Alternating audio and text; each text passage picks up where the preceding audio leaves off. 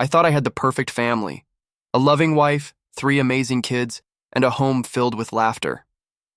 Sana and I had been married for 20 years, and I genuinely believed we were soulmates.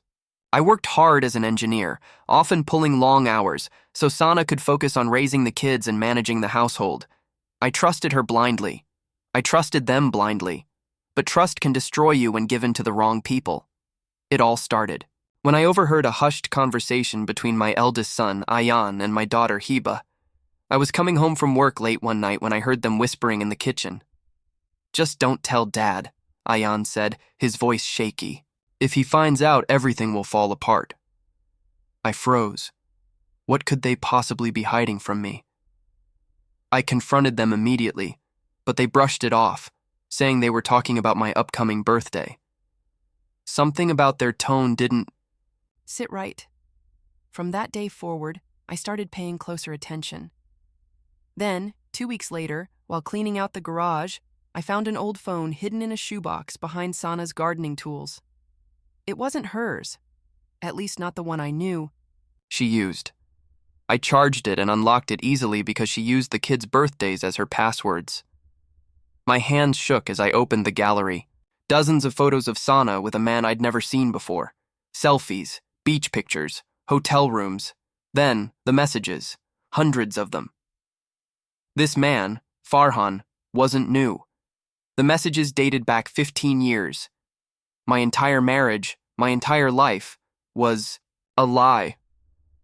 I dug deeper, cross-referencing timelines with my kids' births. That's when the real nightmare began.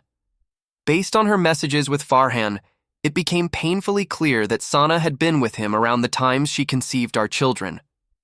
My stomach twisted. I booked DNA tests for all 3 kids without telling anyone. A week later, the results came back and my world collapsed. Ayan, not mine. Hiba, not mine. Even my youngest, Samir, not mine. Not one of them.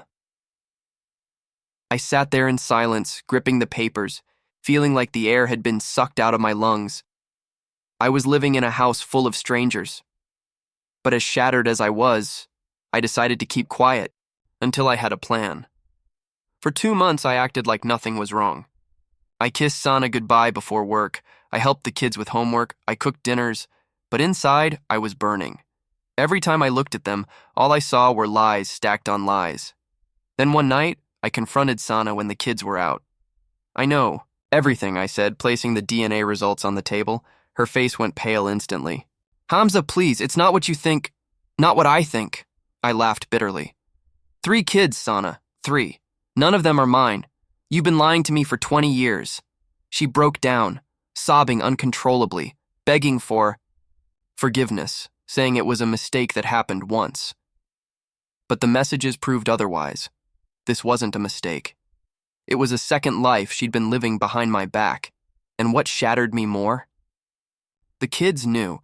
I found group chats between them, all discussing how they had to protect Mom and keep Dad from finding out. They lied to me every single day, knowing full well who their real father was. That's when I decided on my revenge. The first thing I did was visit my lawyer. Since the kids weren't biologically mine and I had proof of long-term infidelity, I filed for divorce and requested full financial restitution for fraudulent marriage. It was brutal, but justified. Second, I called Farhan's wife. I sent her everything, the photos, the messages, the DNA results.